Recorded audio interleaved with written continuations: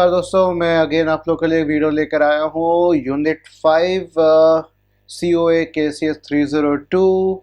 और इस वीडियो का ये वीडियो आखिरी वीडियो होगा यूनिट 5 का। तो मैं कोशिश करूँगा कि यूनिट 5 के जो बचे हुए कॉन्सेप्ट्स हैं मैं उनको इसमें ज़्यादा से ज़्यादा कवर करने की कोशिश करूँ। और वीडियो थोड़ी लंबी हो सकती है, तो be prepared for that. Okay, आराम से दिल थाम के कॉफ़ी वॉफ़ी चाय वाय पीने के लिए रखी हो तो गर्म करना शुरू कर देना, ठीक है भाई।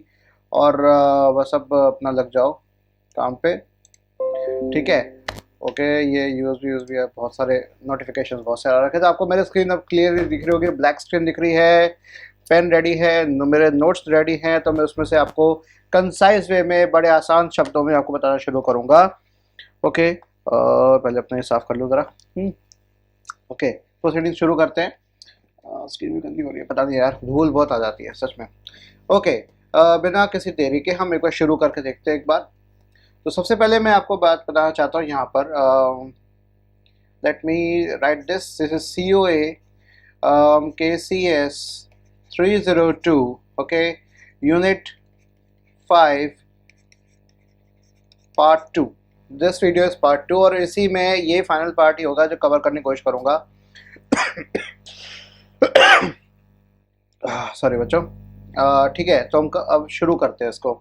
तो इस वीडियो में जो हम बात करेंगे, जहां हमने अभी तक जो हमने बात की थी, अभी तक आपको ये आइडिया होगा यूनिट 5 का कि ये सारी बात किसकी करता है, इनपुट और आउटपुट की बात कर रहा है। इनपुट आउटपुट की बात कर रहा है।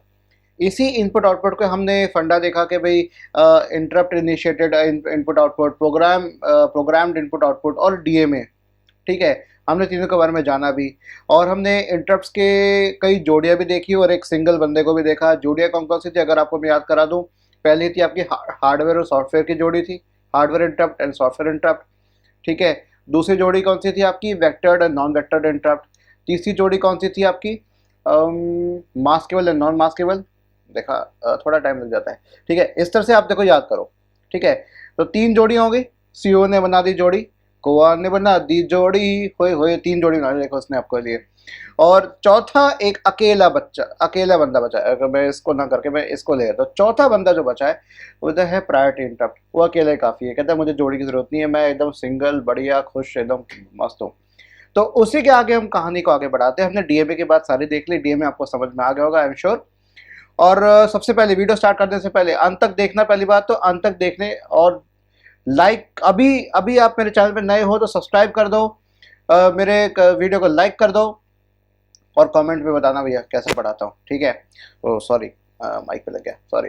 तो थोड़ी डिस्टर्बेंस अगर आए मेरे माइक से तो प्लीज़ माफ़ करना। कोशिश मेरी है कि मेरा ये जो बजट सेटअप है मेरा, इससे मैं आपको पढ़ाने की कोशिश करूँ। चलो अब मेन मुद्दे पे आते हैं। तो अब मैं बच्चों आपको बताऊँगा डेटा ट्रांसफ़र की बात। अब हम आते हैं, हमने मोड्स ऑफ ट्रांसफ़र देखा था हमने, राइट। तो मोड्स ऑफ ट्रांसफ़र में सबसे पहले आपको बताया था, मोड्स 3 प्रकार के मोड्स ऑफ ट्रांसफ़र होते हैं।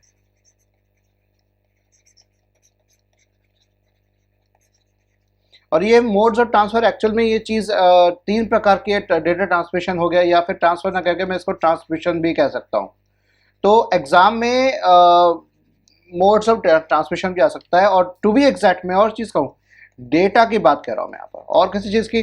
हम पहले क्या कर रहे थे, IO ट्रांसफ़र की बात कर रहे थे कि इनपुट आउटपुट कौन संभालेगा, भाई इंटरप्ट इनिशिएटेड होगा कि DMA होगा। अब ये बात आ रही है डेटा की, क्योंकि इनपुट आउटपुट में डेटा की बात ना करें तो यार फिर बात नहीं बनती। अगर मैं पेन ड्राइव की बात करूँगा और पेन ड्राइव में डेटा की बात ना करूँ तो फिर कोई मतलब बात समझ में नहीं आती, ठीक है। तो डेटा इज़ वेरी इंपॉर्टेंट। तो इस मोड ऑफ ट्रांसफ़र के अंदर हम सबसे पहले यहाँ पर देखने की कोशिश करते हैं किन क्या क्या प्रकार के होते हैं। पहला हो गया आपका सिंप्लेक्स। मैंने आई थिंक शायद पिछले वीडियो में बताया था, तो प्लीज़ एक बार देख लें, तो अभी दोबारा इसको देख लो, समझ लो। सिंप्लेक्स मोड होता है सिंपल एक डायरेक्शन वाला, सिंपल।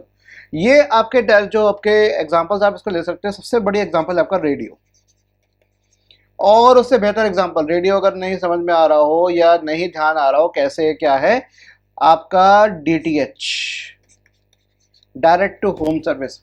अब आप बताइए, आपके सभी घरों में DTH होता है, किसी का एयरटेल है, किसी का टाटा स्काई है, किसी का वीडियोकॉन है, किसी का डिश TV है, किसी का हैथवे है, ठीक है। और बहुत सारे अलग अलग ब्रांड, रिलायंस का भी एक आया था शायद, मेरे ख्याल से DTH भी है, और दूरदर्शन DTH का सबसे पहले आया था।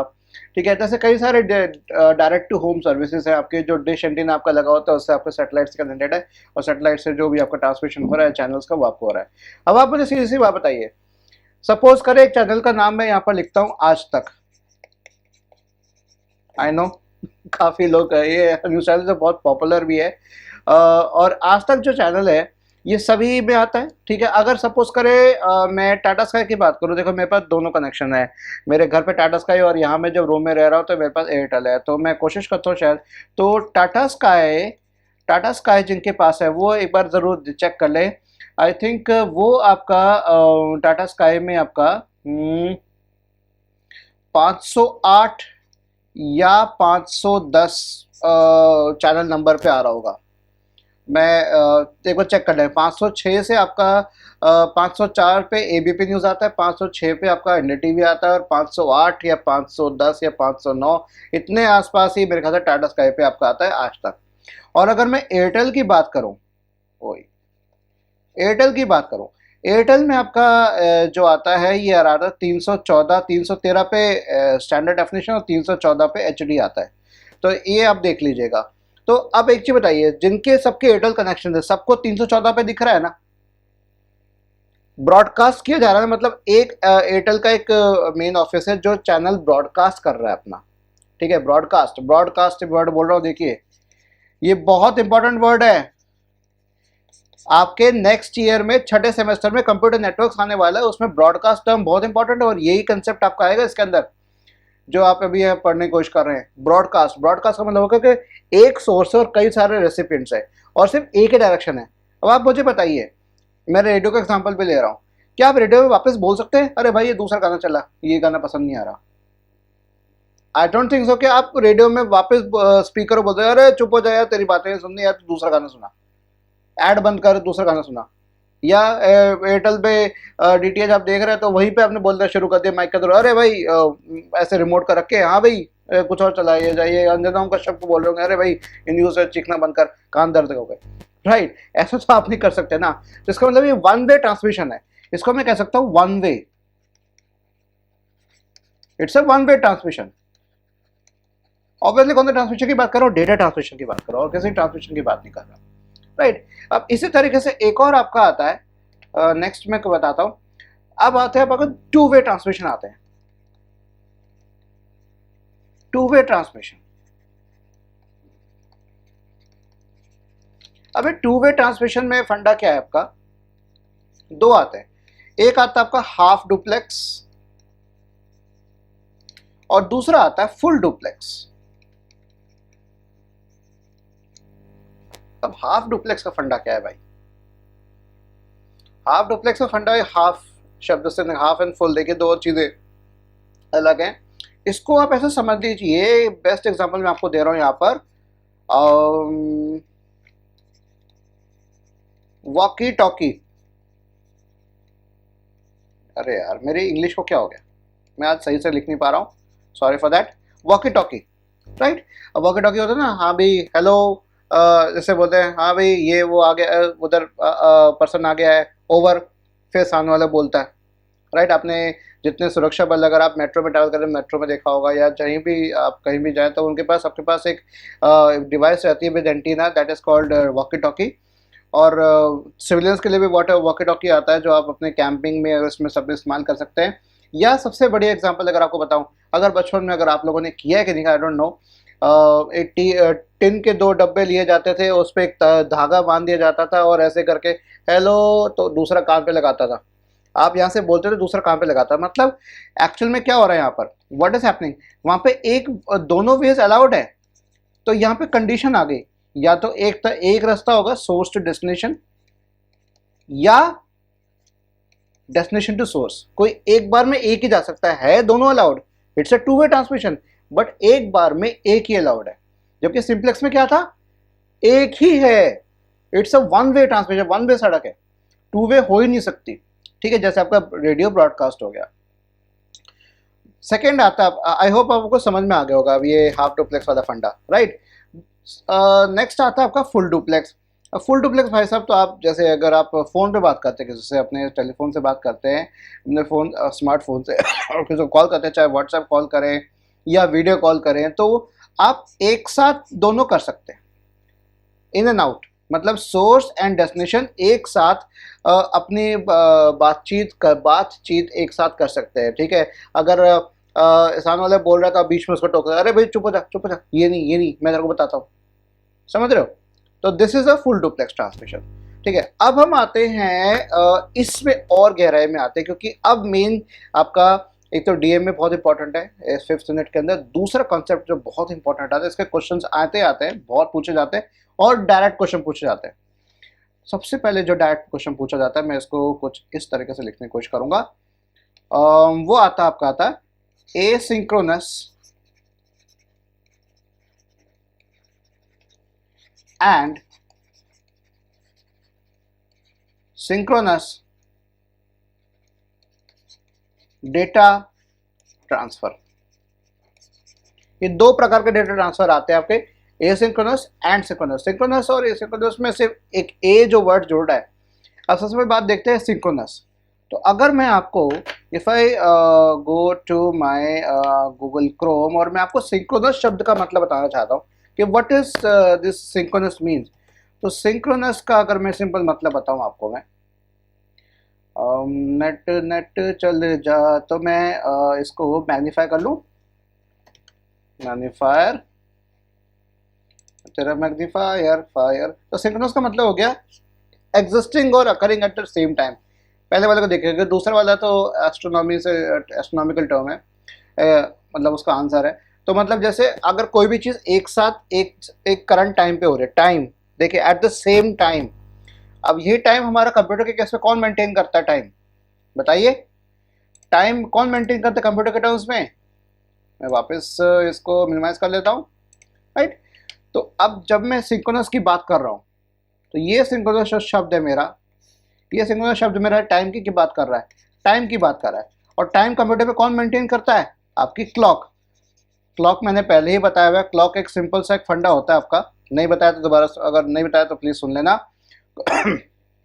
आपके सर्किट्स में ऑसिलेटर्स होते हैं, ठीक है। आप इसको ऐसे समझ दीजिए कि दो प्लेट्स होती है, मैग्नेटिक प्लेट्स, या दो पोलराइज प्लेट्स कह दीजिए कि कंडक्टिंग प्लेट्स है, ठीक है, मेटल प्लेट्स है, और इनके बीच में ड्रम होता है। वो ड्रम घूम रहा होता है, वो ड्रम जिस गति से घूम रहा है, जिस स्पीड से घूम रहा है, वो आपको बताता है कि भाई कि कितने साइकिल्स, कितनी बार घूमने के बाद 1 सेकेंड होगा, एक क्लॉक साइकिल कंप्लीट होगी। मतलब मेरे पास दो ऐसी प्लेट्स होती है और ये एक सिलेंडर कुछ इस तरीके से होता है और ये घूमता है ऐसे, ठीक है। अब सपोज करें कि ये इसके घूमने का एक राउंड हो गया आपका, ऐसे एक राउंड हो गया, ठीक है। ऐसे दूध मतना नहीं कहते, जैसे जो दही मतते हैं, जो दही माखन जो बनता है ऐसे करके होता है, ऐसे वाला, इसको पहले समझ लीजिए इस तरह से, ऐसे। आप कभी ध्यान रखना कि जैसे दही आप लेकर आते हैं डेयरी से, आप दही को थोड़ा गाढ़ा होता है, थोड़ा पानी डाल के पतला करने की कोशिश करते हो, और आपके पास एक अपनी मदर से पूछना कि एक ऐसा वो आता है, गोल सा आता है, तो उसको ना ऐसे रख के उसमें ऐसे से करते हैं आप, ताकि वो मिक्स हो जाए, राइट। तो ऐसे ऐसे जो मैं कर रहा हूँ, ये मैं क्या कर रहा हूँ, 1 2, this is my 1 cycle, 1 period, एक पीरियड हो गया, 1 हर्ट्स में अप एंड डाउन आ गया, 1 हर्ट्स एक फ्रीक्वेंसी, 1 2 3 4 5 6 7 8 9 10 11 12 13 14 15 16। देखिए मैं ऐसे कर रहा हूँ, ये जैसे पास नहीं फेंकते, ठीक है, उस तरीके से। तो ये आपका ये ऑसिलेटर घूम रहा है। अगर 50 बार होने के बाद मतलब नॉर्मली जो आपके सर्किट्स होते हैं ऑसिलेटर्स, जब पढ़ा होगा नहीं पढ़ा होगा आई डोंट नो, 50 हर्ट्स का ऑसिलेटर लगाया जाता था आपका। अगर आप RLC सर्किट का याद रखो तो उसके अंदर ही हमारा 50 हर्ट्स का ऑसिलेटर लगाया जाता था। इसका मतलब होता था कि कंप्यूटर के लिए एक क्लॉक साइकिल कितनी है, 50 हर्ट्ज की, मतलब 50 बार ऊपर नीचे हो रहा है आपका, ठीक है। तो मैं क्या कर सकता हूँ कि भाई 50 हर्ट्ज का मतलब क्या कर सकता हूँ, 1/50 सेकेंड्स, 1/50 सेकेंड्स, है ना, ये मैं कह सकता हूँ। तो 1/50 सेकेंड्स के अंदर मतलब इतनी स्पीड है। और आज की अगर आप स्पीड देखें आपके कंप्यूटर्स की, तो इट्स अराउंड 2.3 गीगाहर्ट्ज, या मैं और थोड़ा इसको कर दूँ, मैं 3 गीगाहर्ट्ज कर देता हूँ, तो 1/3 × 10⁹ हर्ट्स, सॉरी सेकेंड्स, ये आ गया 10 पर 9 को ऊपर लेकर 10 पर -9 हो गया। 10 पर -9 क्या होता है? Nano second. तो नैनो सेकेंड हो गया 1/3 nano second.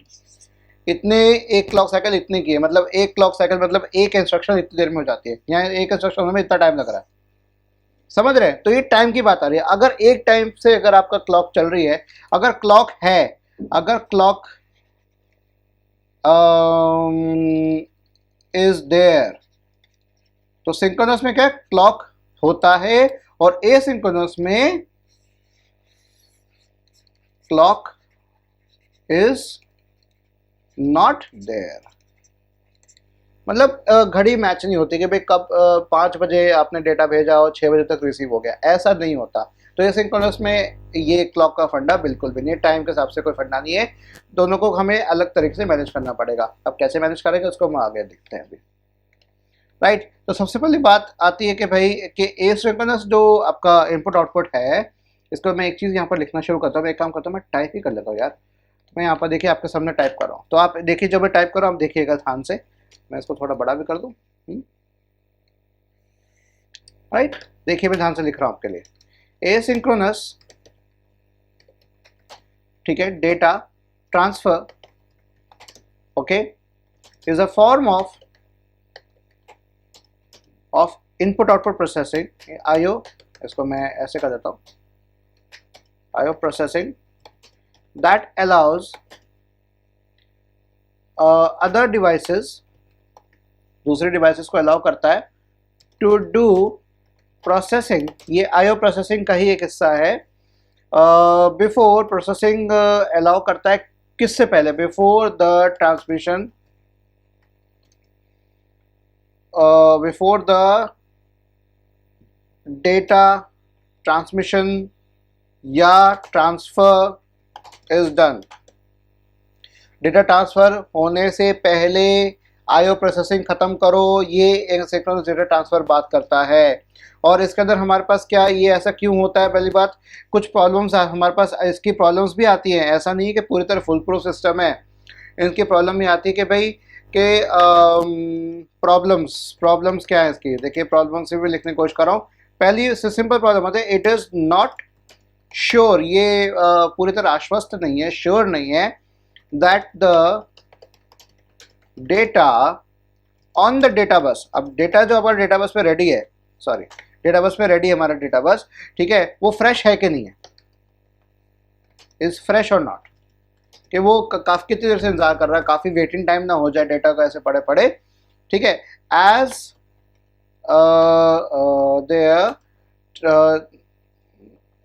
As there is no time slot, कोई टाइम स्लॉट फिक्स नहीं है कि वो डेटा इतनी देर तक वैलिड है। जैसे आपका कोई सेशन मैनेज होता है, सपोज करें आप कोई वेबसाइट विजिट करते हैं, या सबसे बेहतर एग्जाम्पल आपका पेमेंट गेटवे। अगर आप कुछ पेमेंट पेटीएम या इसके थ्रू पेमेंट करने जा रहे होते हैं, आपका अगर डेबिट कार्ड से जा रहे हैं तो आपका ओटीपी पूछता है, वो आप ओटीपी के नीचे देखना, जब वो पूछ रहा होता है सेशन टाइम आउट का टाइम दे रहा होता है, या वेटिंग फॉर ओटीपी 2 मिनट का या 180 सेकंड का एक्चुअल में होता है, 180 सेकंड्स का होता है। तो कोई टाइम लिमिट नहीं है, तो डेटा बस में डेटा पड़ा हुआ होगा, काफ़ी लंबे समय से पड़ा हो सकता है, ठीक है। For sending end receiving data, data को भेजना हो या लेना हो, मतलब सेंड करना हो या रिसीव करना हो, दोनों केस में डेटा कितना पुराना ये हमें नहीं पता। अब इस चीज़ को, इस प्रॉब्लम को, ये एक ही प्रॉब्लम हो गया आपका, तो इस प्रॉब्लम को हम कैसे रिमूव करेंगे? How do we remove this kind of problem? तो इस प्रॉब्लम को रिमूव करने का तरीका यहाँ पर है, तो ये this is solved by 2 mechanisms. 2 mechanism इस्तेमाल होती हैं। पहली मैकेनिज्म है आपकी स्ट्रोब, और इसको भी कहते हैं स्ट्रोब कंट्रोल भी कह सकते हैं, स्ट्रोब या स्ट्रोब कंट्रोल कह सकते हैं। और दूसरी होती है हैंड शेकिंग,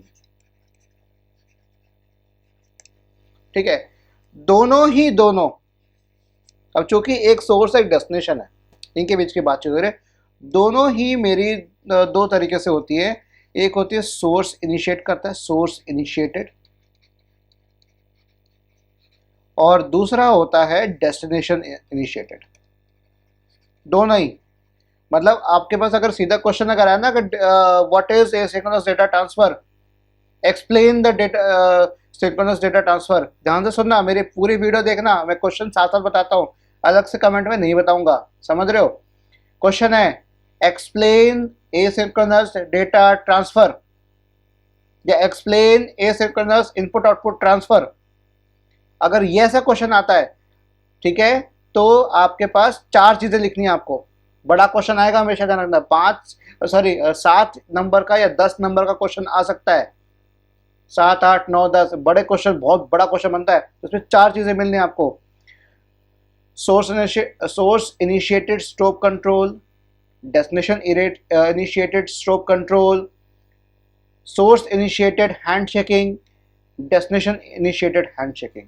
तो ये भी आपका आपका डेस्टिनेशन इनिशिएटेड। मैं एक एक करके आपको सब एक्सप्लेन करने की कोशिश करूंगा और हम इसको अच्छे तरीके से और देखते हैं। तो सबसे पहले बात करते हैं भाई स्ट्रोब मैकेनिज्म की। सबसे पहले मैं नेक्स्ट पेज पे बढ़ता हूँ, स्ट्रोब मैकेनिज्म। अब स्ट्रोब मैकेनिज्म में मैं आपको देखो ऊपर लिख रहा हूँ स्ट्रोब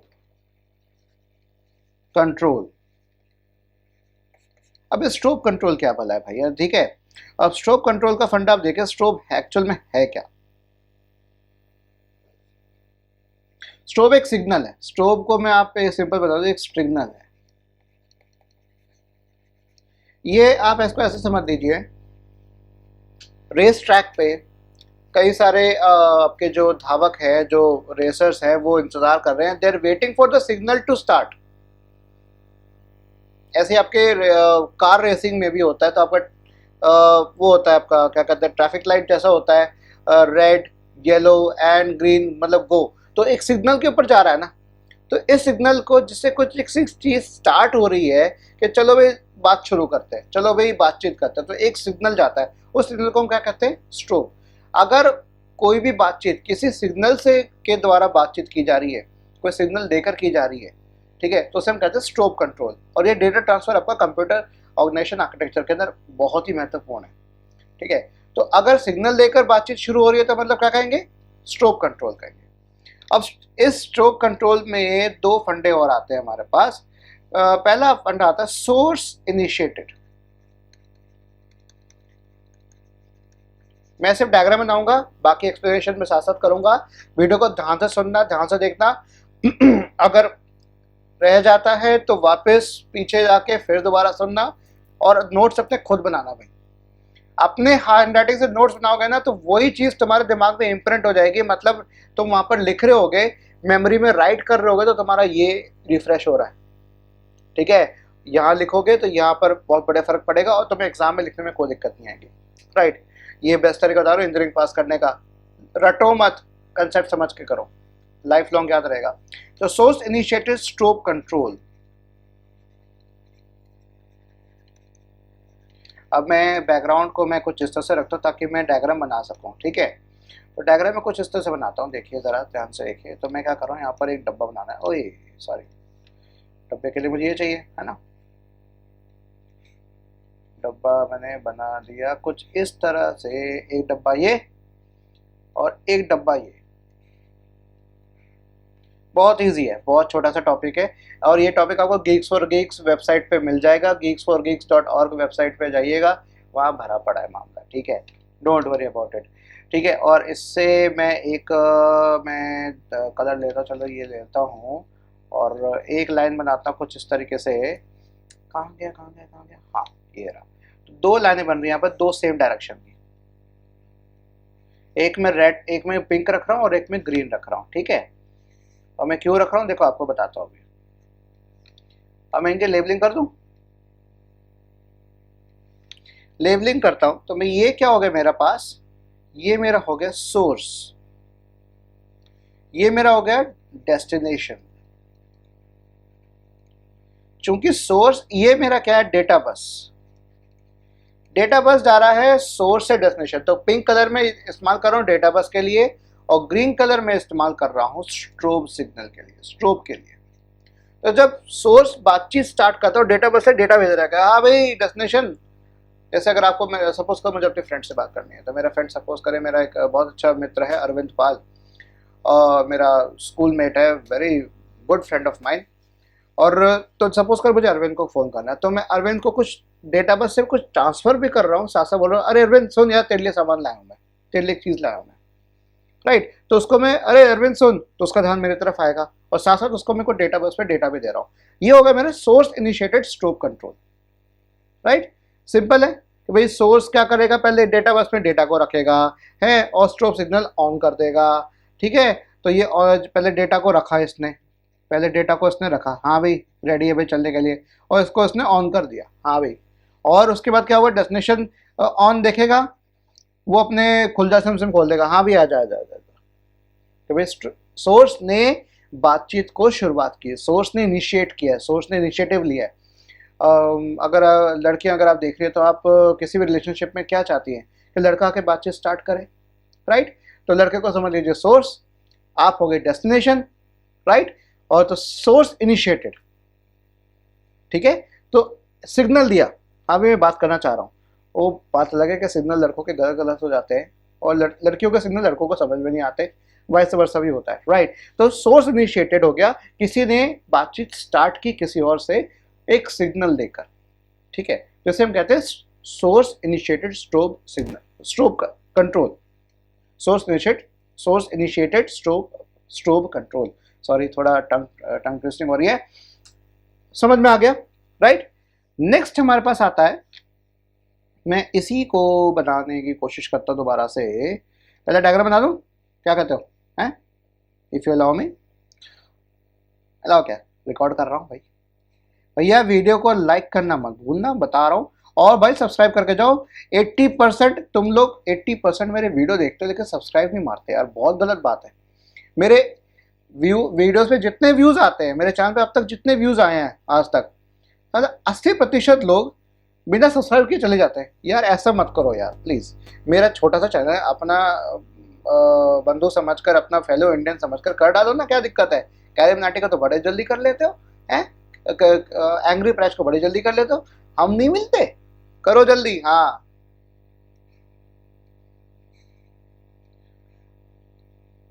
उनको भी करो हमको भी करो भैया, ठीक है। और उनको रिकमेंड कर दो भैया, ये कुछ पढ़ाई का सब बढ़िया बता रहे हैं तो वो भी पढ़ लें, राइट। ओके सो अब कहाँ गया मैं, यस अब मैं आ गया, देखो ये मेरा हो गया सोर्स अगेन, और ये मेरा होगा डेस्टिनेशन। अब मैं आपको जो बताने वाला हूँ वो मैं देखिए यहाँ पर लिख के देता हूँ। मैं बता रहा हूँ डेस्टिनेशन ओरिएंटेड,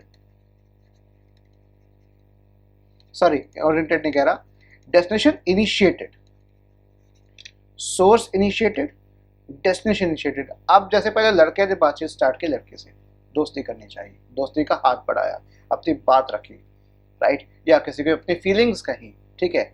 अब लड़की आके फीलिंग्स कह रही है, लड़की आके बात स्टार्ट कर रही है, ओके। द डेस्टिनेशन इनिशिएटेड हो गया, स्ट्रोब कंट्रोल। देखिए मैं जस्टिफाई नहीं कर रहा कि लड़का सोर्स है और डेस्टिनेशन लड़की है, उल्टा भी हो सकता है, ठीक है, अदर वे अराउंड, आपको जैसा समझ आ रहा है समझ लो। मैं एक एग्जांपल आपके मतलब का दे रहा हूँ, ठीक है। अब डेस्टिनेशन ओरिएंटेड है और मैंने क्या अभी कलर क्या यूज़ किए, पिंक और ग्रीन, तो ठीक है भाई साहब। तो ग्रीन को ग्रीन मेरा कहाँ से होगा, यहाँ से होगा, अरे बात समझ में, ग्रीन मेरा यहाँ से होगा, राइट। और जो पिंक होगा मेरा वो यहां से होगा। डेटा तो यही भेजेगा, सोर्स ही डेटा भेजेगा, दोनों सोर्सों में सोर्स ही डेटा भेजता है डेस्टिनेशन को। लेकिन इसकी कहानी की शुरुआत किसने की, बातचीत की शुरुआत किसने की, डेस्टिनेशन ने की, ठीक है। मैं एक और डायग्राम को बना के बताता हूं, बहुत इंपॉर्टेंट है वो भी। तो ये मेरा अगेन डेटा बस है, डेस्टिनेशन पहले एक स्ट्रोब सिग्नल भेजता है, ऑन करता है, वो सिग्नल ऑन होके इसके पास जाता है, ये कहता है अरे हाँ, जैसे याद दिलाई जाती बात, अरे तूने याद बोला था तुझे मुझे वो देना यार, याद दिला रहा हूँ तेरे को, अरे हाँ याद आया, समझ रहे हो। तो इस तरह से याद दिलाना आप इसको कह सकते हो। अच्छा, इस ब्लॉक डायग्राम के साथ साथ एक और डायग्राम आता है, दोनों के लिए एक और डायग्राम आएगा, वो मैं आपको बना के बताता हूँ कि सोर्स इनिशिएटेड में डायग्राम कैसा होगा। सोर्स इनिशिएटेड डायग्राम में ऊपर एक बना रहा हूँ और डेस्टिनेशन का नीचे बनाऊंगा।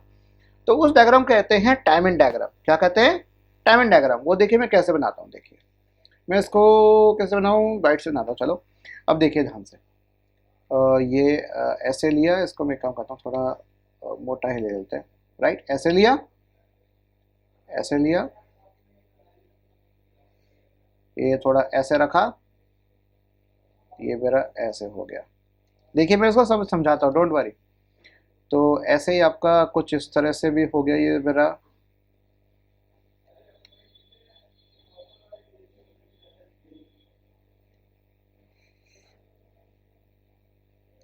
एक काम करता हूँ, मैं इसको थोड़ा नीचे बनाता हूँ,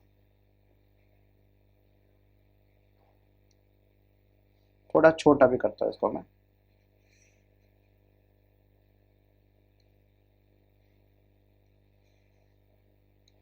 ठीक है, अब ये चीज़ है क्या दोनों। अब मैं अगेन जो मैंने कलर का इस्तेमाल किया वो मैं कलर का इस्तेमाल इसको लिखने में कर देता हूँ यहाँ पर। ये हो गया आपका, this is my data bus. ठीक है, डेटा बस है। और ये हो गया मेरा स्ट्रोब, सॉरी स्ट्रोब को मैं ग्रीन कलर से लिखना है ना।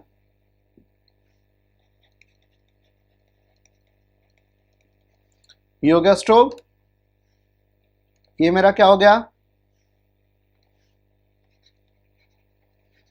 वैलिड डेटा, यहां से लेकर यहां तक। समझे बात को, क्या हो रहा है चीज। सबसे पहले सोर्स ने सिग्नल्स को कैसे, ये सोर्स से डेस्टिनेशन जा रहा है, ठीक है। सबसे पहले डेटा आया शुरुआत, पहले डेटा रखा गया डेटा बस के ऊपर, सबसे पहले डेटा रखा गया, तो ये 0 से 1 हुआ, हमें डेटा चलने को रेडी है, बिल्कुल है। और उसके बाद स्ट्रोब सिग्नल ऑन हुआ, ऑन का मतलब क्या होगा, 0 से 1, ये राइज हो रहा है, राइजिंग एज होता है, 0 से 1 ऑन हुआ, ऑफ से ऑन हुआ। और जब तक ये ऑन रहेगा तब तक डेटा वैलिड डेटा चलता रहेगा। जैसे ही ये ऑफ हुआ, 1 से 0 पे आया, उसी समय ये भी मेरा 1 से 0 आ जाएगा। तो this is called source initiated strobe control. ठीक है, ये हो गया मेरा। अब ये चीज क्या है, इनको मैं क्या कहूंगा, इनको मैं एक चीज टर्म दूंगा यहां पर, मैं इनको मैं कहूंगा this is my timing diagram. Short में लिख रहा हूं, अरे बहुत मोटा हो गया। और this is my block diagram.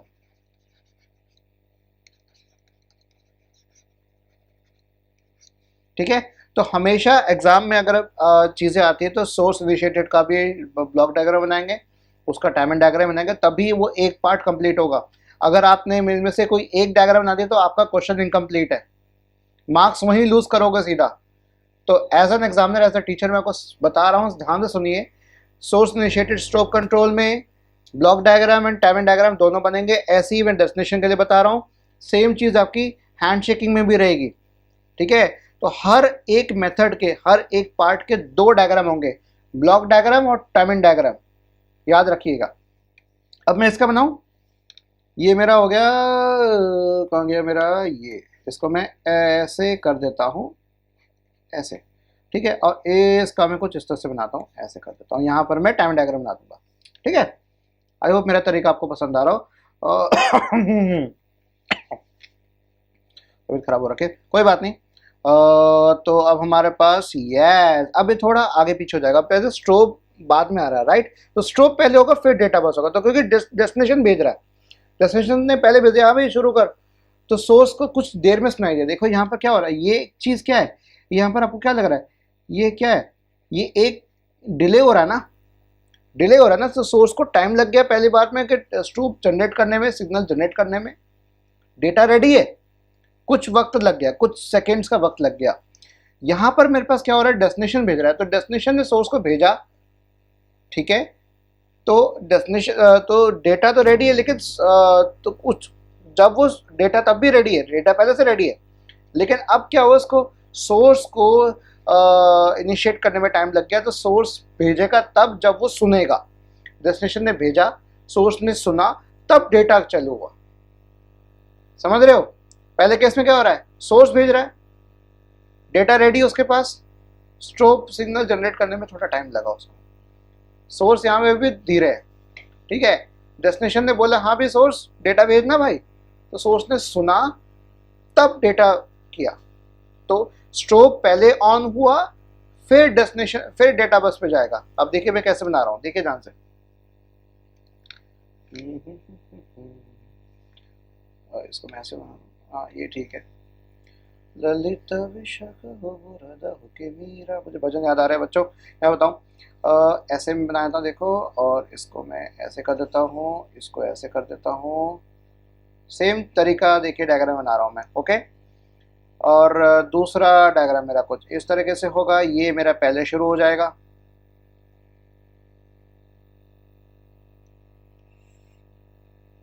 और जैसे ही मेरा वैलिड डेटा खत्म हुआ तब मेरा ये भी खत्म हो जाएगा। देखिए अब ये चीज क्या है भला है, ये मेरा हो गया डेटा बस,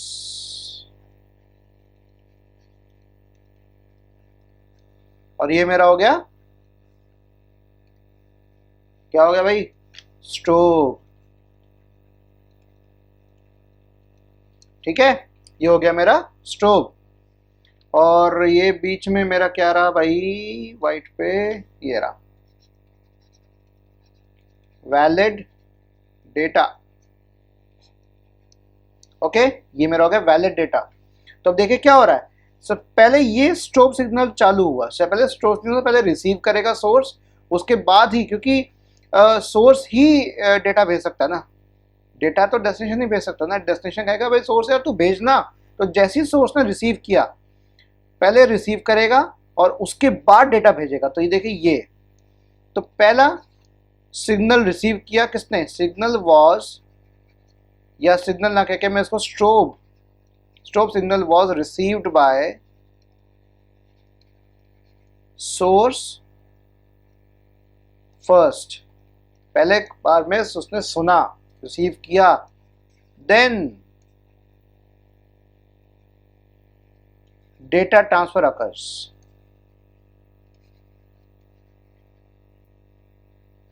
ठीक है, तो अब इसमें क्या दिक्कत है, सोर्स और डेस्टिनेशन स्ट्रोब कंट्रोल, तो दोनों सूरतों में मुझे कुछ ना कुछ डिले मिल रहा है, पहले वाले में भी डिले मिल रहा है, दूसरे वाले में भी डिले मिल रहा है ना। तो अब इसमें देखो और क्या क्या हो सकता है, मैं आपको देखो दोनों चीज को लिख के दिखाता हूँ। तो मैं अब ये बैकग्राउंड को मैं कर देता हूँ ब्लैक, और मैं टेक्स्ट को ले आता हूँ और इसको बंद कर देता हूँ, टेक्स्ट को मैं यहाँ ले आता हूँ, टेक्स्ट पे लिख के आपको बताता हूँ क्या क्या दिक्कतें आ सकती हैं। तो मैं लिख रहा हूँ, देखिए प्रॉब्लम्स, अब इनकी प्रॉब्लम्स क्या क्या हो सकती है स्ट्रोब कंट्रोल मेथड की। क्या कर, पहली प्रॉब्लम में अगर मैं सोर्स इनिशिएटेड स्ट्रोब कंट्रोल की बात करूँ, इन सोर्स इनिशिएटेड स्ट्रोब कंट्रोल की मैं बात करूं, तो इसके अंदर क्या दिक्कत आ सकती है। It is assumed that destination has read the data या रिसीव्ड रेड। मैं रेड क्यों कह रहा हूं, रीड, रीड मतलब मैंने पढ़ाई की, मैं पढ़ रहा हूं, आई रीड, मैं पढ़ता हूं, आई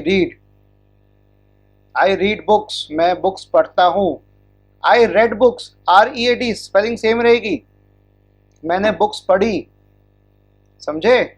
आई हैव रेड बुक्स, मैंने बुक्स पढ़ी हैं, पढ़ी हुई हैं, समझे। तो रेड आ गया, देखिए हम रेड बोलते हैं, रीड होगा आपका प्रेजेंट टेंस, ये हो गया पास्ट टेंस। तो हैज रेड ये हो गया पास्ट पार्टिसिपल, आई थिंक भूल गया मैं, ठीक है। तो हैज रेड द डेटा, तो ये मांगा जा रहा है डेस्टिनेशन ने डेटा पढ़ लिया होगा, देख लिया होगा, रिसीव कर लिया होगा फ्रॉम द डेटा बस, ठीक है। And but there is no surety, surety ना कहूं मैं इसको, there is no way to confirm,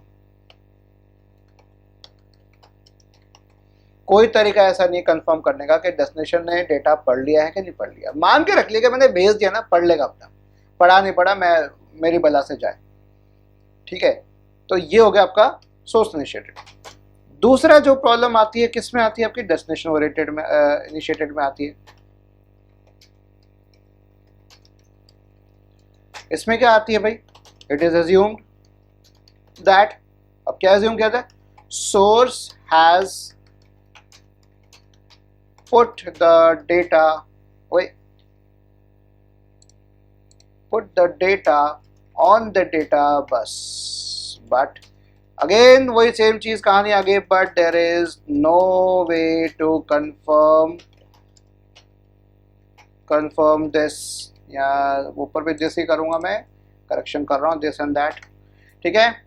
सो यहाँ पे सीधी बात क्या आ रही है, सोर्स डेस्टिनेशन ने अपना स्ट्रोक कंट्रोल भेजा, अपना सिग्नल भेजा, अरे भाई डेटा पे तूने ये तो याद दिला रहा हूँ मैं, अब उसे याद तो दिला दिया, डेस्टिनेशन क्या मांग के बैठा है कि भाई सोर्स ने डेटा रख दिया होगा, भेज देगा, मैंने उसको याद दिला दिया।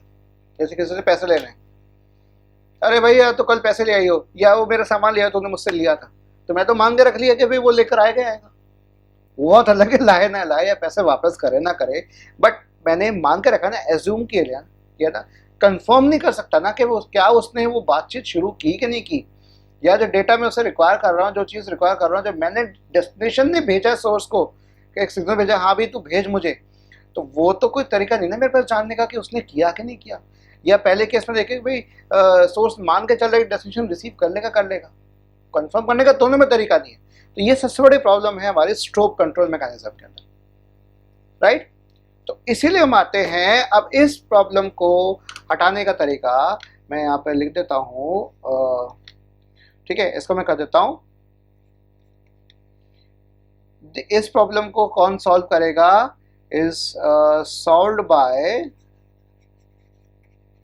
कैसे सॉल्व किया, हैंडशेकिंग, हाथ मिलाओ, लेकिन कोरोना में हाथ नहीं मिलाना, नमस्ते करनी है।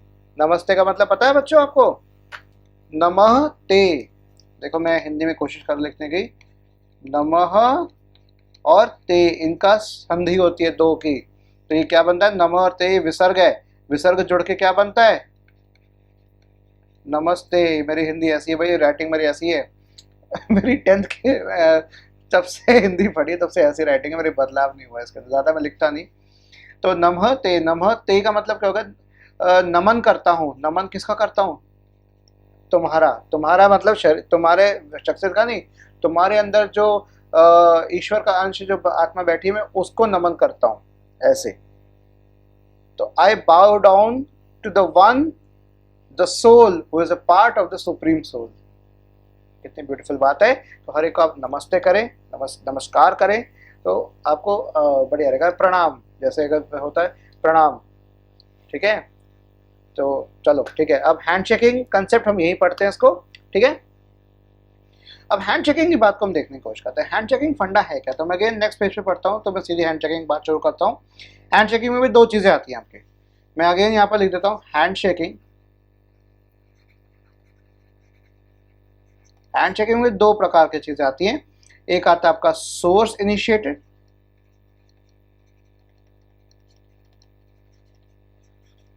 और दूसरा आता है आपका डेस्टिनेशन इनिशिएटेड।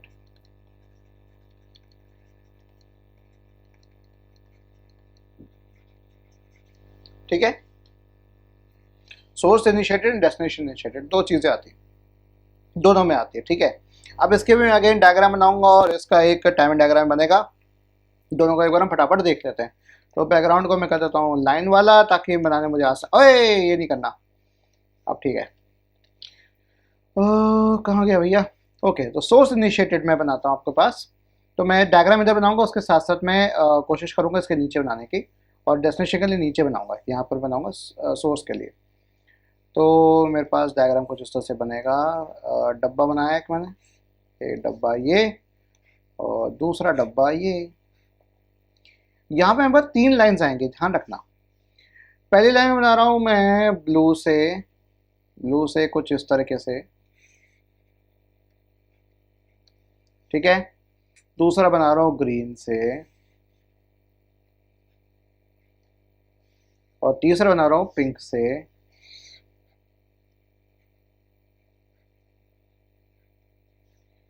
हाँ ठीक है, ये बन गया। और इनकी लेबलिंग करें, ये मेरा हो गया सोर्स, ये मेरा हो गया डेस्टिनेशन, राइट। और पहली जो ब्लू वाली क्या हुई, ब्लू वाली हुई मेरी डेटा बस। क्या हुई मेरी डेटा बस। डेटा बस हमेशा सोर्स से डेस्टिनेशन जाएगी, राइट।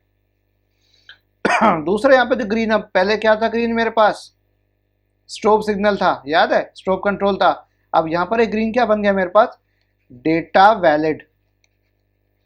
डेटा वैलिड है कि नहीं है, जब तक डेटा बस जा रहा है तब तक डेटा वैलिड है कि नहीं है, सिग्नल भेज रहा है।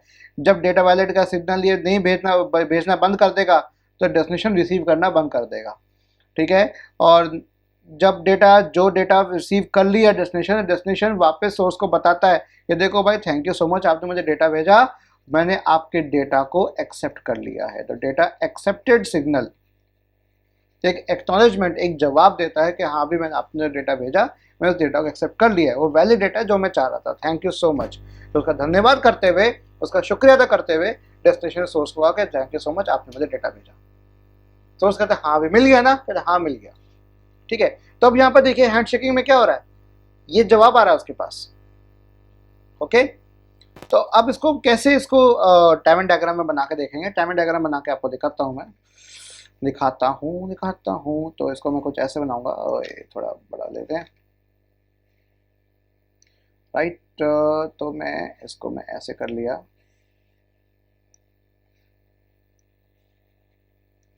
ओके।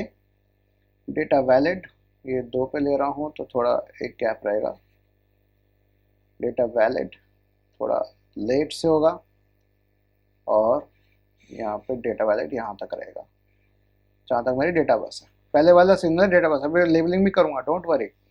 नेक्स्ट हमारे पास आ गया डेटा एक्सेप्टेड।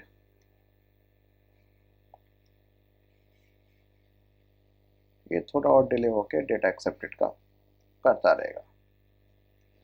अब देखिए मैं क्या कर रहा हूँ, चलिए मैं इसको कलर में करता हूँ। पहला है मेरा ब्लू, पहला ब्लू क्या है मेरा, डेटा बस, ठीक है। दूसरा है मेरे पास ग्रीन में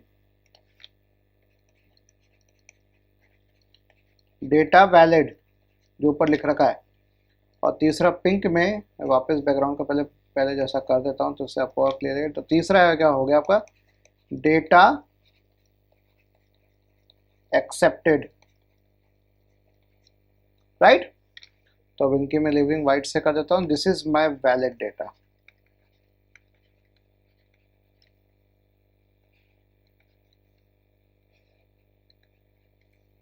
ठीक है। तो अभी क्या चीज बता रहा है, ये क्या शो कर रहा है, ये डेटा बस पे डेटा रेडी है, लेकिन जब डेटा वैलिड का सिग्नल मैंने भेजना शुरू किया डेस्टिनेशन को, और तब से डेटा भेजना चालू हो गया कि भाई डेस्टिनेशन, सोर्स ने कॉल किया डेस्टिनेशन को, हाँ भाई डेस्टिनेशन, हाँ भाई बोल सोर्स, भाई मैं तेरे को डेटा भेज रहा हूँ। अच्छा भेज रहा है, अच्छा चल ठीक है भेज।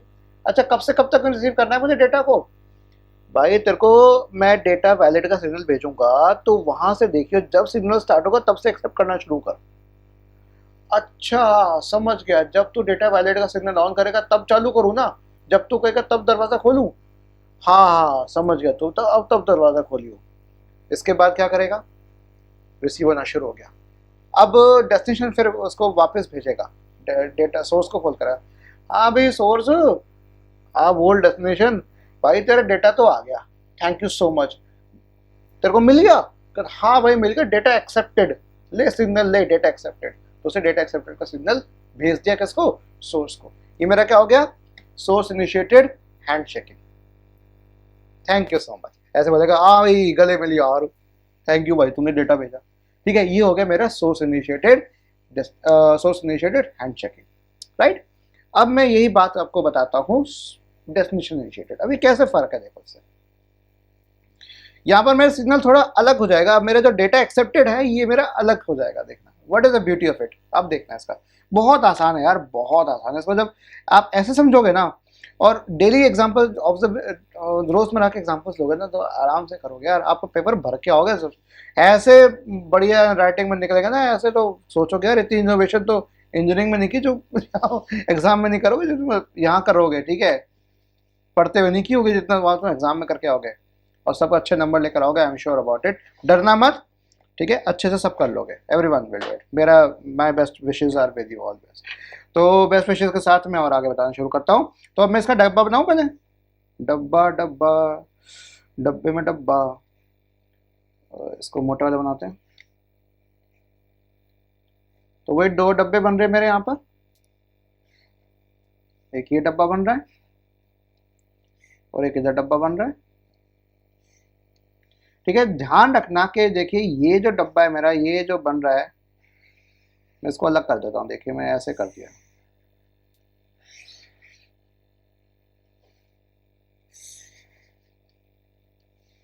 ठीक है, ये मेरा इसका है सोर्स इनिशिएटेड। देखिए अब मैं इसका डब्बा बनाऊंगा तो उसको मैं इससे कर दूंगा, ठीक है। अब देखिए ध्यान से, अगेन मैंने ब्लू लिया था, तो ब्लू मेरा डेटा बस का हमेशा जाएगा, राइट। ग्रीन लिया डेटा वैलिड का, वो भी जाएगा डेटा वैलिड। और तीसरा आएगा उल्टा आएगा, अगेन वही सेम चीज रहेगी। अब यहाँ पे डेटा एक्सेप्टेड भेज रहा था, अब सेम डायरेक्शन रहेगी, डायरेक्शन बिल्कुल सेम रहेगी, बस नाम मेरा चेंज होगा, पिंक में सेम रहेगा चीज। अब मेरा नाम क्या चेंज होगा वो मैं आपको बताता हूँ। तो अब मैं इसकी लेबलिंग करना शुरू करता हूँ। This is my source, this is my destination, right. तो ये मेरा डेटा बस, ये मेरा डेटा वैलिड सिग्नल, ठीक है। अब ये मेरा क्या होगा, अब क्या होगा, डेटा एक्सेप्टेड नहीं होगा, सेम डायग्राम सब कुछ सेम रहा। अब क्या होगा मेरा, ये हो गया रिक्वेस्ट फॉर डेटा।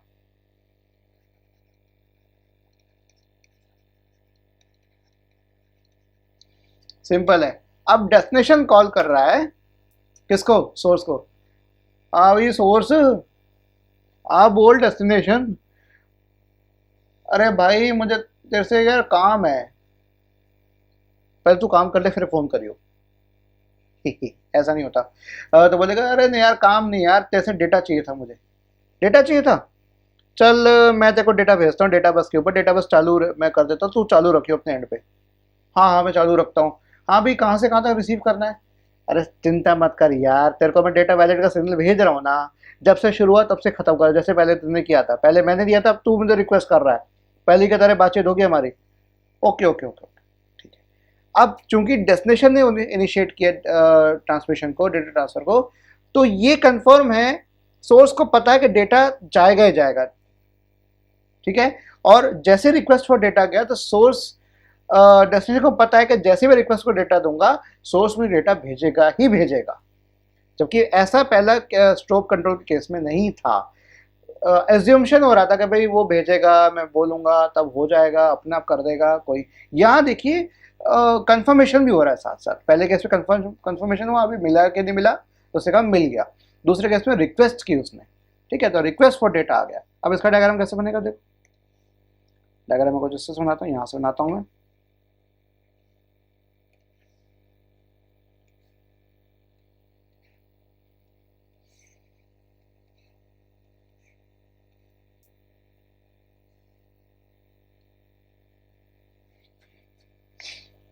हम्म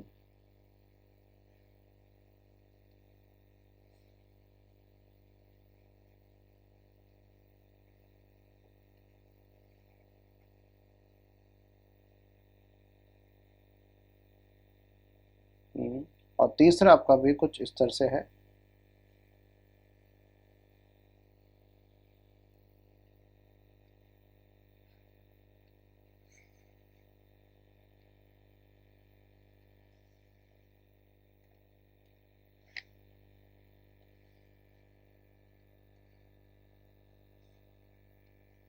अब देखो क्या फंडा हो रहा है, देखो अगेन कलर्स में आता हूँ मैं, और सबसे पहले मेरे पास ब्लू कलर है, तो ब्लू कलर मेरा क्या है, अगेन डेटा बस।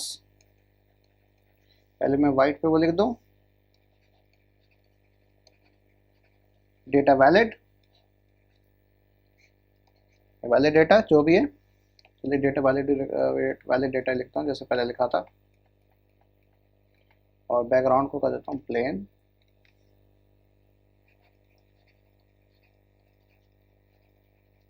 अब यहाँ पर देखिए पहले चीज़ क्या हो रही है, क्योंकि डेस्टिनेशन ने बातचीत शुरुआत की, तो सबसे पहले आपके पास आ रहा है सबसे पहले आपके पास आ रहा है ये request for data.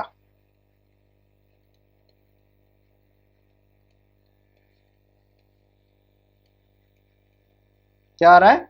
Request for data. सबसे पहले रिक्वेस्ट रिसीव हुई है, उसके बाद आया है डेटा बस। तो ऑलरेडी चालू, डेटा बस चालू कर दिया और सबने डेटा वैलिड का सिग्नल भी भेज दिया। ठीक है, तो क्या शो कर रहा है? पहला क्या आ रहा है? रिक्वेस्ट फॉर डेटा आ रहा है। ठीक है, एक्टिव हुआ, ऑन हुआ। ऑन होने के बाद सोर्स ने कहा कि हाँ भाई थैंक यू सो मच, ठीक है भाई डेस्टिनेशन, तूने कहा कि तेरी रिक्वेस्ट पे, तेरी दरखास्त पे, तेरी इच्छा पे मैं डेटा तेरे को रख रहा हूँ। तेरे दरखास्त पे डेटा को डेटा बस पे रख दिया और डेटा वैलिड सिग्नल मैंने चालू कर दिया। समझे? तो this is called destination oriented क्या। इसको मैं अलग कलर से लिखता हूँ।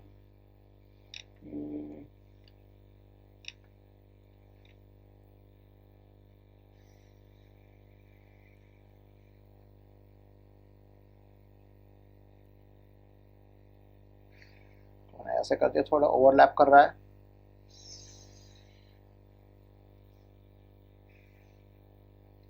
और ये ऐसे हो गया, right.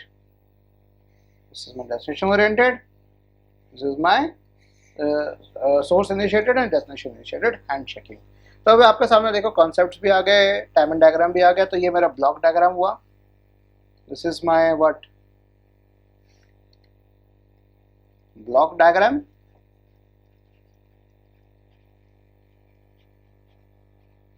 and this is my what, timing diagram. ये दोनों बना के हो गए, तो 4 डायग्राम हो गए आपके क्वेश्चन के अंदर। तो काफी बड़ा क्वेश्चन बनता है ये। This is my again block diagram,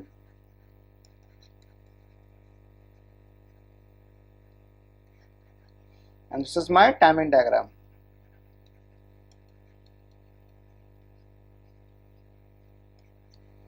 ठीक है, तो ये हो गया मेरा सिंक्रोनस एक synchronous data transfer.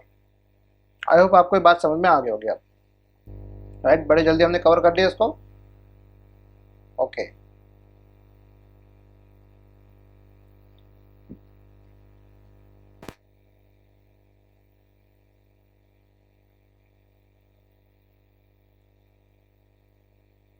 Okay. Synchronous में आपका सारा कुछ नहीं है, सिर्फ एक डेफिनेशन है, बस मैं वही डेफिनेशन में लिख देता हूँ।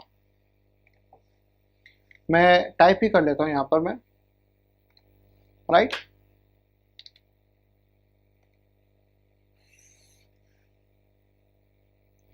देखिए मैं क्या टाइप कर रहा हूँ। सिंक्रोनस डेटा ट्रांसफर में मैं कुछ टाइप कर रहा हूँ, आप इसको लिखिएगा साथ साथ। In this method, right, both sender and receiver, okay, share a common clock frequency। मैंने कहा था कि भाई सिंक्रोनस में क्लॉक का फंडा आ रहा है, clock frequency. Bits are transmitted, आपके नोट्स में से लिख रहा हूं मैं, ठीक है, from one end to another to the other. ठीक है, continuously at the rate dictated by the clock pulse। clock pulse की जो जैसे हर्ट्स है, जो फ्रीक्वेंसी है, उसके हिसाब से वो चलता रहता है। ठीक है, और इसमें कोई स्टार्ट एंड स्टॉप बिट्स जैसा कुछ इस्तेमाल नहीं होता है कि कब स्टार्ट होगा कब स्टॉप होगा। ठीक है, स्टार्ट एंड स्टॉप का फंडा यहाँ पे था, आई थिंक था। ठीक है, नहीं है, तो इसमें स्टार्ट एंड स्टॉप का कोई फंडा नहीं है। तो आपका जो भी कहानी स्टार्ट होनी है यहाँ पे हो जाती है आपके पास।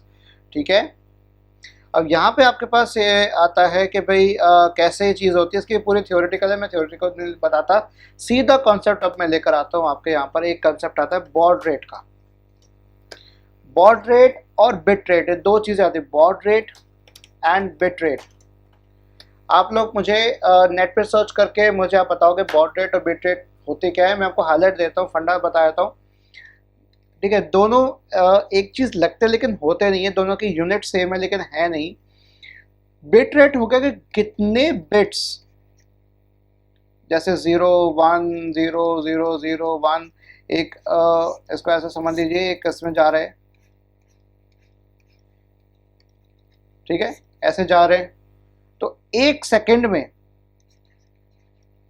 पर सेकंड कितने बिट्स ट्रांसफर हो रहे हैं, तो ये हो गया बिट्स पर second, this is called bit rate, ये हो गया बिट रेट। बॉड रेट भी कुछ ऐसा ही है। बॉड रेट मेरा फर्क क्या हो गया, बॉड का मतलब क्या हो गया यहाँ पर,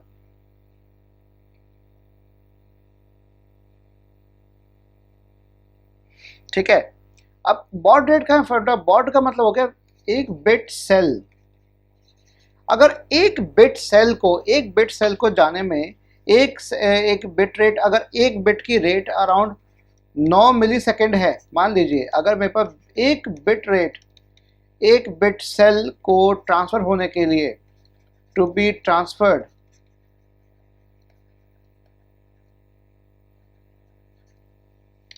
मैं इसको ऐसे कर देता हूं, एक बिट सेल ट्रांसफर टाइम, एक बिट को जाने में अगर 9 सेकेंड लग रहा है, ठीक है, तो बॉड रेट क्या होगी, बॉड रेट होगी 1 by reciprocal of that time, reciprocal उसका उल्टा हो जाएगा।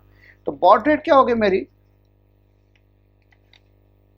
बॉड रेट मेरी यहाँ पर होगी 1/9 मिली सेकेंड, समझे। तो इसे हम बी डी फॉर्म में कहते हैं, इसमें हमारा बी डी आता है, ये का 1/9 B D, B D means baud,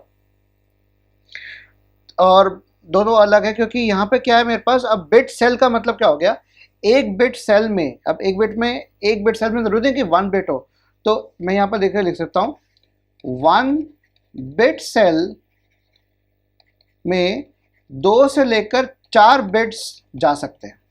आप उसको ग्रुप समझ लीजिए कि 2 के कॉम्बिनेशन जा रहे हैं, 4 के कॉम्बिनेशन जा रहे हैं, तो जितने टाइम जा रहे हैं उसको डिवाइड कर दें, उसको रेसिप्रोकल ले लें, और वो मेरी क्या बन के आ जाएगी, बॉड रेट बन के आ जाएगी।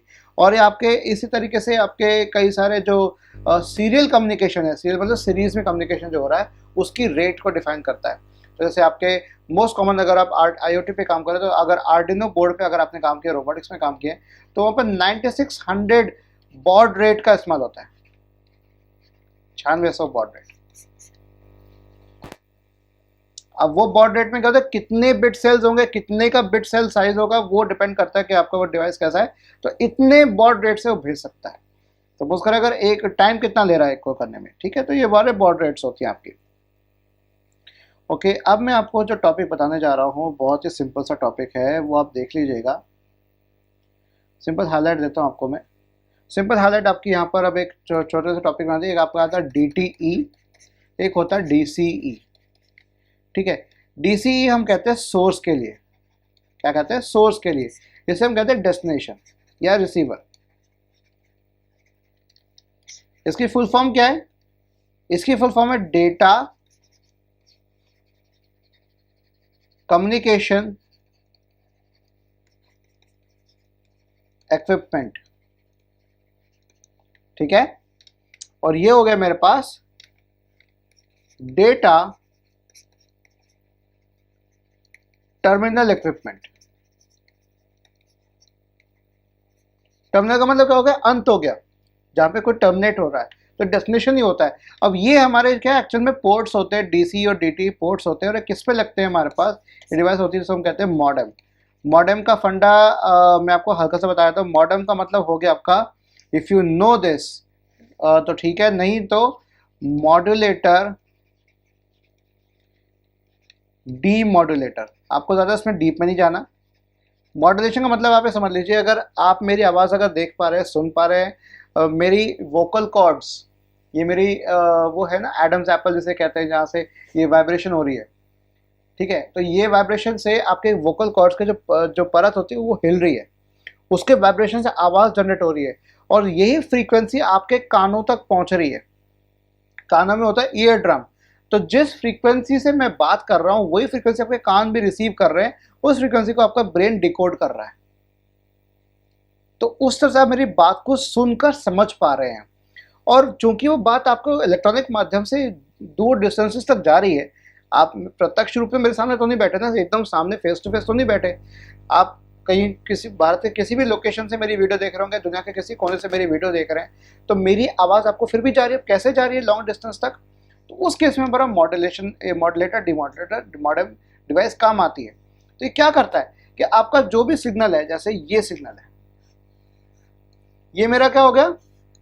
एनालॉग सिग्नल हो गया। This is my analogue signal, जो मेरे वॉइस जो जा रही है, मेरे से ऊपर नीचे हो रही है, ठीक है। और ये मेरा लॉन्ग डिस्टेंस तक नहीं जा सकता, क्योंकि क्या होता है, एनर्जी है। आपको पता है एनर्जी कंज्यूम होती है, एटमॉस्फेयर कंज्यूम करता है एनर्जी को, ठीक है। एनर्जी डिसिपेट होती है, डिसिपेट मतलब फैलती है, डिस्ट्रीब्यूट होती है, ठीक है। तो इसका मतलब एनर्जी आसपास का एनवायरमेंट खा जाता है। तो ये क्या, मेरी वेव्स कम होनी शुरू हो जाती है। सपोज करें मैं बहुत दूर से बोलना शुरू करूंगा, बहुत दूर खड़ा हूं अगर मैं, तो आप तक आवाज़ पहुँचते पहुँचते काफ़ी धीमी रहेगी, तो बोलेगा यार सुनाई दे रहा है, बहुत दूर से बोल रहा है, समझ रहे हैं। तो अब इसको कैसे भेजा जाएगा? इसको एक हम कैरियर वेव भेजते हैं, जो बड़ी हाई फ्रीक्वेंसी कैरियर वेव होती है, ऐसे। ये हो गई मेरी कैरियर वेव। चूंकि इसकी फ्रीक्वेंसी काफी हाई है, फ्रीक्वेंसी मतलब हाई है मतलब बहुत लंबे डिस्टेंस तक बहुत हाई है, तो इसका मतलब इसकी एनर्जी बहुत तगड़ी है, तो ये काफ़ी देर तक बना रह सकता है। इसका एटोनेशन, इसका एनर्जी खत्म भी हो गई तो, लेकिन दिक्कत नहीं रहेगी, लंबे डिस्टेंस तक भेजा जा सकता है। तो अगर मैं इस वेव को इसके ऊपर चढ़ा कर सवारी कराऊं, एनालॉग मेरी सवारी कर रहा है, कैरियर वेव के ऊपर सवारी कर रहा है, अगर फ्रीक्वेंसी, अगर एम्पलीट्यूड के हिसाब से कर रहा है, मतलब अगर ये एम्पलीट्यूड मेरा मतलब ये अगर बढ़ रहा है और ये कम है, ये +1 है और ये -1 है और ये 0 है, ठीक है। अगर मेरा बढ़ रहा है तो बढ़ने के साथ साथ कैसे होगा, देखो, देखिए, बढ़ने के साथ साथ ऐसे ऐसे होगा। अब जब मेरे ये कम हुआ, ठीक है, सॉरी, ये मेरी फ्रीक्वेंसी के हिसाब से हुआ, ठीक है, ये फ्रीक्वेंसी के हिसाब से हुआ। इसकी फ्रीक्वेंसी मेरी कम ज़्यादा हो रही है एज़ कम्पेयर टू, ज़्यादा कब होगी, फ्रीक्वेंसी कम कब होगी, मतलब वेवलेंथ कब बढ़ेगी मेरी, जब मेरा ये ऊपर जा रहा है, और जब नीचे आ रहा है तो सिकुड़ जाएगी। देखिए, इसे हम कहते हैं फ्रीक्वेंसी मॉड्यूलेशन, और शॉर्ट में हम कहते हैं इसको एफएम। एफएम रेडियो आपका ऐसे ही आता है, 93.5 मेगाहर्ट्ज, 98.3 रेडियो मिर्ची, 98.1 रेडियो सिटी। ये क्या आपके, ये आपके फ्रीक्वेंसीज हैं, ये इस फ्रीक्वेंसी पे आप रिसीव कर रहे हैं वो चीज़। रेडियो जॉकी आपका स्टूडियो में बैठा वहाँ से कुछ बोल रहा है और आपको सुनाई दे रहा है, तो लॉन्ग डिस्टेंस तक आपके पास जा रहे हैं रेडियो ब्रॉडकास्ट के द्वारा, तो आपको हो गया फ्रीक्वेंसी मॉड्यूलेशन। ऐसे होता है एम्पलीट्यूड मॉड्यूलेशन। तो मॉड्यूलेशन का मॉड्यूलेटर, ये मॉडम क्या करता है, मॉड्यूलेट करके भेजता है, यहाँ से भेजा, और वहाँ पे भी मॉडम बैठा हुआ है हमारे पास, वहाँ पे भी मॉडम है। मॉडम के पास 2 पोर्ट्स होते हैं, सेंडिंग और रिसीविंग के लिए, तो वो भी रिसीव कर रहा है। तो इसने भेजा, ठीक है, मॉड्यूलेट करके भेजा, लॉन्ग डिस्टेंस तक गया और यहाँ पे रिसीव किया, उसको समझा, डिकोड किया। तो ऐसे आपका कम्युनिकेशन होता है आपका, इसे कहते हैं सीरियल कम्युनिकेशन। क्या कहते हैं इसको? Serial communication.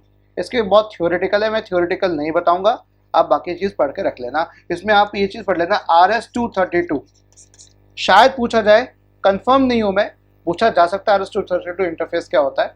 आपको बताया तो RS-232 इंटरफेस क्या चीज़ होती है, लेट मी टेल यू।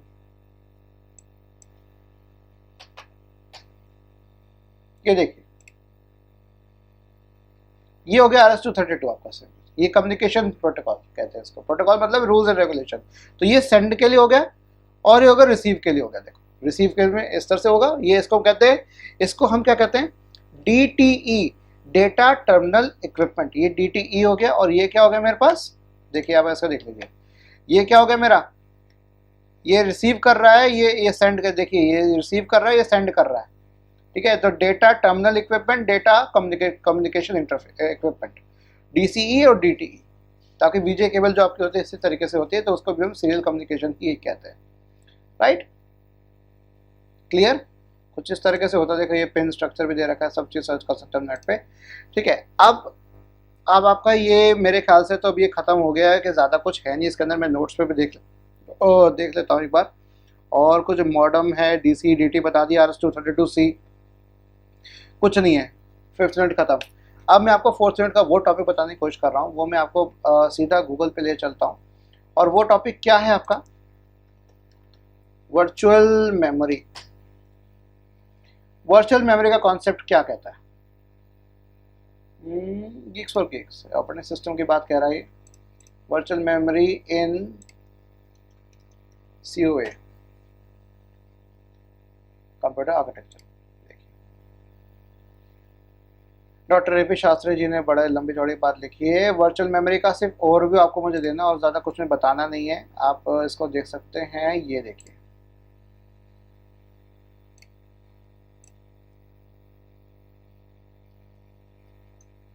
एक पीपीटी है, मैं आपको पीपीटी को शो करके दिखाता हूँ। ये देखिए, मैं नेट से दिखा दी डायरेक्ट, मैंने खुद नहीं कुछ बनाया। देखिए, एक्चुअल में वर्चुअल मेमोरी का कॉन्सेप्ट आता है, बहुत ही सिंपल कॉन्सेप्ट है। इसमें आपको डिटेल में नहीं जाना है, सिर्फ आपको ओवरव्यू जानना पड़ेगा। जिसमें क्या होता है, आपका जो फिजिकल मेमोरी जो आपकी मेन मेमोरी है वो आपके दो चीज़ों से डिवाइडेड है। एक आपके पेज में डिवाइडेड होती है, आपकी वर्चुअल मेमोरी पेजेस में डील करती है, और मेमोरी का होता है ब्लॉक। तो कौन सा पेज मेरा मेमोरी के किस ब्लॉक से जुड़ा हुआ है, इसे कहते हैं मैपिंग। ठीक है, तो आपकी वर्चुअल मेमोरी कुछ इस तरह से होती है, देखिए ध्यान से। ये देखिए, it's an imaginary memory. Simple सी बात है, एक इमेजिनरी मेमोरी है जो मेमोरी अरेंजमेंट का एक इल्यूजन देता है जो ऑलरेडी वहां पर नहीं है। ठीक है, और तो क्या लिखा होता है? Idea is to keep only those parts of the program currently in use in the memory and rest on the disk drive. उस मेन मेमोरी में से सिर्फ उन्हीं पार्ट का इस्तेमाल किया जाए जो इस समय यूज में है, बाकियों को अभी दूसरे काम के लिए रखा जाए। ठीक है, कि 16 बाकी आपको वो डिस्क ड्राइव हार्ड डिस्क से उठा रहा है, मतलब हार्ड डिस्क की को इस्तेमाल कर रहा है एक एक्स्ट्रा मेमोरी के लिए। एक्चुअल मेमोरी एग्जिस्ट नहीं करती, वो हार्ड डिस्क का है। तो क्या वर्चुअल मेमोरी बन गई वो चीज़ आपकी। इसको आप कंसेप्ट समझ सकते हैं कि भाई अगर वर्चुअल मशीन अगर आप इस्तेमाल करते हैं VMware वगैरह, तो वो सब यही करता है कि आपका हार्ड डिस्क का स्पेस लेगा, उसी से रैम बनाएगा, उसी से डिस्क लेगा। हार्ड डिस्क का स्पेस ही ले रहा है। ऑपरेटिंग सिस्टम एग्जिस्ट नहीं करता, एक सिस्टम नहीं है, आपने अपने सिस्टम में दूसरा ऑपरेटिंग सिस्टम डाला हुआ है।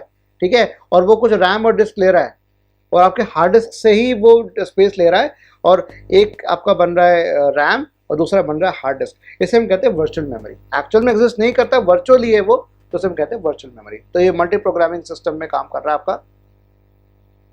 ठीक है, पेजिंग कॉन्सेप्ट आता है, मैं आपको ये सब नहीं बताना चाहता फ्रेम्स एंड पेजेस का। ये ऑपरेटिंग सिस्टम में कॉन्सेप्ट आता है, तो आप छठे सेमेस्टर में ऑपरेटिंग सिस्टम सब्जेक्ट आएगा आपका, तो वो जब आप पढ़ेंगे तब ये चीज़ आपके पास आएगी। तो सिर्फ मैं आपको ओवरव्यू दे रहा हूँ वर्चुअल मेमोरी का, सिर्फ बेसिक्स ही पढ़ना। ठीक है, आप सिंपल सर्च कर लीजिए गूगल के ऊपर, आपको पता लग जाएगा, डोंट वरी अबाउट इट।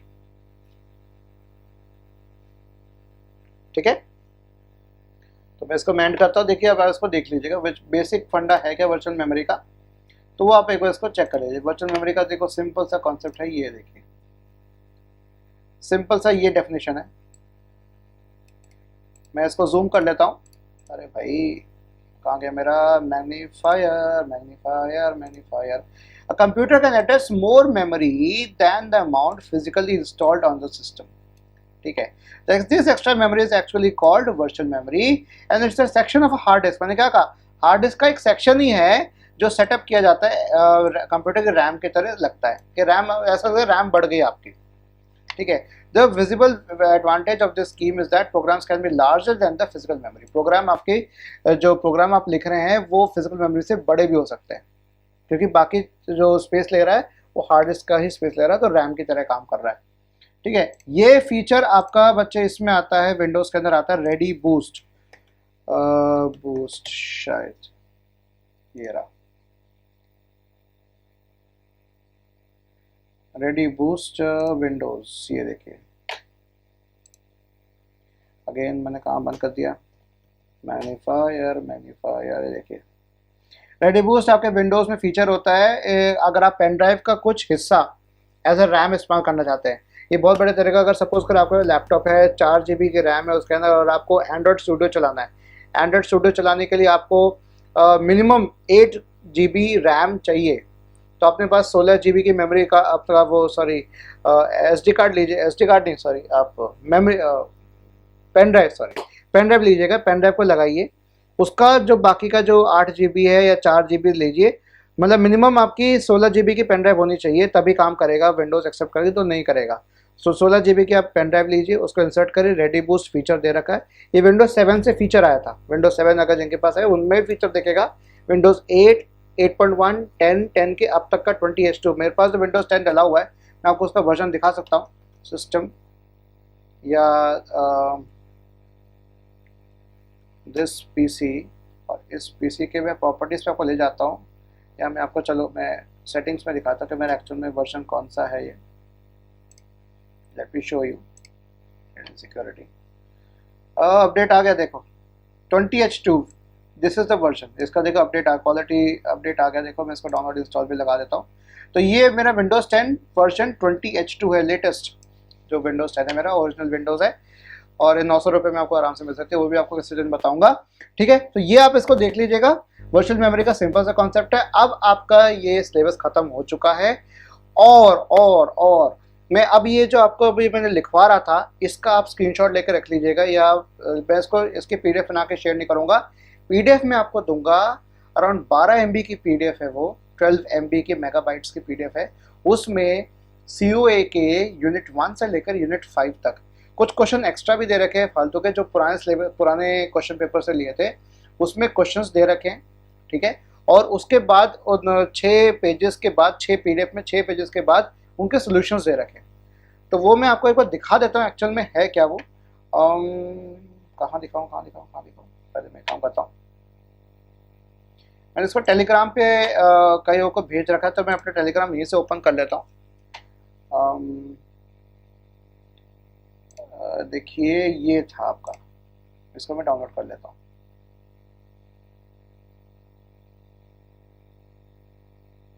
ये डाउनलोड हो जाएगा बस फटाफट। इसको ओपन कर लिया मैंने, माइक्रोसॉफ्ट एज से ओपन हो रहा है पीडीएफ, हाँ, क्योंकि मैंने इसमें वो नहीं डाल रखा। देखिए ये देखिए यहाँ पर मैग्नीफाई करके बता देता हूँ। देखिए describe the digital computer in brief. देखिए CU1 का मतलब कोर्स ऑब्जेक्टिव 1, आपका COPU का फंडा हो रहा होगा आपके इसमें। तो यूपी में ही ये बीमारी एनबीए की बीमारी है, तो कोई बात नहीं, आप यूपी के कॉलेज में तो बीमारी आपको मिलेगी कॉलेज में। CU1 CU2 क्वेश्चन पेपर में लिखा आता है, राइट, जिसको बोलते हैं कोर्स आउटकम कहते हैं या कोर्स ऑब्जेक्टिव कहते हैं। तो अगर यूनिट 1 है तो कोर्स ऑब्जेक्टिव 1 होगा, यूनिट 2 है तो कोर्स ऑब्जेक्टिव 2 होगा, यूनिट 3 CO3, यूनिट 4 CO4 और यूनिट 5 CO5। ठीक है, इस तरह से आपको दिख जाएगा। तो आपको देखिए यहाँ पर चीज़ें दिख जाएंगी, 2 मार्क्स 5 मार्क्स, इस तरह से डिफिकल्टी लेवल भी दिख जाएगा आपको कितने कितने का आ रहा है। ठीक है, ये देखिए ये सब क्वेश्चंस आपको दिख जाएंगे, और ये 6 पेज के क्वेश्चन, 6 पेज में आपका अराउंड ये 100 क्वेश्चंस कवर हो रहे हैं आपके। 100 क्वेश्चंस आप कर जाइए इसको। इसके बाद देखिए ये देखिए इनके सोल्यूशन भी दे रखा है, देखो ये हैंड रिटन सोल्यूशन दे रखे हैं। तो अगर पूरा पुलिंदा है भैया, अगर अपनी पढ़े ना फिर देख लेना। अब रोना मत के यार सर पढ़ाई नहीं हो रही, समझ नहीं आ रहा, बता रहा हूँ मैं। एज ए टीचर मुझे बहुत दुख होता है कि 2 महीने आपके पास पढ़े थे पहले, दिसंबर का महीना पूरा ऐशो आराम में खा गए, जनवरी का महीना भी ऐशो आराम में निकाल दिया आपने, मौज मस्ती में निकाल दिया, ठंड में बैठे बैठे बहाना ढूंढ लिया, हीटर चला के नहीं पढ़ना, सोने का में निकाल दिया, लेकिन पढ़ाई नहीं किया आप लोगों ने।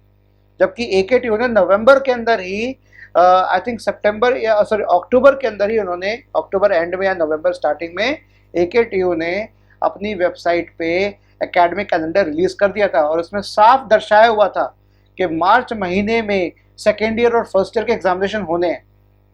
लेकिन आप लोगों ने इसको नहीं माना, और आप लोग जब अगर आप रो रहे हैं कि ऑफलाइन हो रहा है, ये हो रहा है, हाय भगवान हे माँ माता जी, अगर ऐसे कर रहे हैं तो भैया अब रोने से कोई फायदा नहीं है। पढ़ना शुरू कर दो, चाहे सर दर्द हो, चाहे दिमाग खराब हो, चाहे जुकाम हो रखा हो, चाहे बुखार हो रखा हो, नहीं पढ़ोगे तो सेकंड सेमेस्टर नहीं निकलेगा ये आपका, ये सॉरी थर्ड सेमेस्टर नहीं निकलेगा। और ये एक्सपेक्ट करना छोड़ दो कि आपको यूनिवर्सिटी पूरे नंबर देगी, आप ऐसे करके पास हो जाओगे। देखो जो पढ़ेगा उसको नंबर मिलेंगे पक्का। बाद में रिग्रेट ना रह जाए कि हाँ ये पढ़ लेता, काश में ऐसा कर लेता तो ये ऐसा हो जाता। ये बहुत बुरी स्थिति होती है। तो मैं नहीं चाहता कि मेरे जितने प्यारे स्टूडेंट्स हो आप लोग, चाहे किसी कॉलेज में पढ़ते हो, सब मैं अपने आपको अपने विद्यार्थी, अपने प्यारे स्टूडेंट्स मानता हूँ, आप मेरे ही छात्र हो। तो प्लीज़ ऐसा मत करना कि रिग्रेट लाओ, रिग्रेट बिल्कुल मत लाना, काश वाली स्थिति मत लाना। अभी से करना कर लो, कॉफ़ी पी लो, नींद आ रही है तो कॉफ़ी पी लो, अपनी मम्मी या पापा को बोले खुद बनाओ कॉफ़ी, खुद बनाओ कॉफ़ी, गटक के रात भर पढ़ाई करो। एक रात बढ़िया आपने पढ़ाई कर ली ना, इसको पढ़ लोगे ना अच्छे से तो मज़ा आ जाएगा। मेरे वीडियो सारे देख लो, और वीडियो पसंद आए तो लाइक करना, वीडियो को लाइक करना मत भूलना। कमेंट सेक्शन में तारीफ़ों के सारे पुल बांध दो मेरे, और शेयर करो वीडियो को अपने दोस्तों के साथ, पूरे अपने बैच के साथ मेरे वीडियो को शेयर कर दो, मेरी पूरी प्लेलिस्ट को शेयर कर दो। मैं अभी इसको अपलोड करने वाला हूँ, तो आपके लिए अलग unit 1, unit 2, unit 3, unit 4, unit 5, हर 5 यूनिट की मैंने वीडियोस बना रखी है। और हाँ, एक बहुत ही इंपॉर्टेंट अनाउंसमेंट है, जहाँ से अगर आप मेरी वीडियो अंत तक देख रहे हैं तो आपके लिए बहुत ही बड़ी अनाउंसमेंट है। मैं ऐसे ही कोर्सेज लाता रहूँगा, लेकिन अब थोड़े फ्री ऑफ कॉस्ट नहीं रहेंगे। मैं कुछ पेड कोर्सेज करने वाला हूँ सी फॉर योरसेल्फ ऐप के थ्रू। तो अगर मैं आपको दिखाने की कोशिश करना चाह रहा था, तो मैं कोशिश करूँगा आपको दिखाने की। मैं आपको दिखाता हूँ मेरी ऐप कहाँ पे आपको मिलेगी। मैं आपको गूगल प्ले स्टोर पे ले चलता हूँ।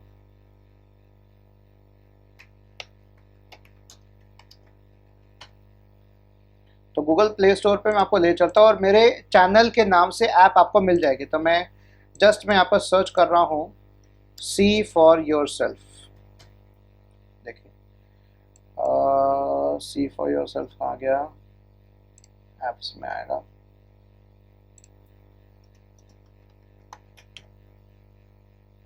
ये देखिए,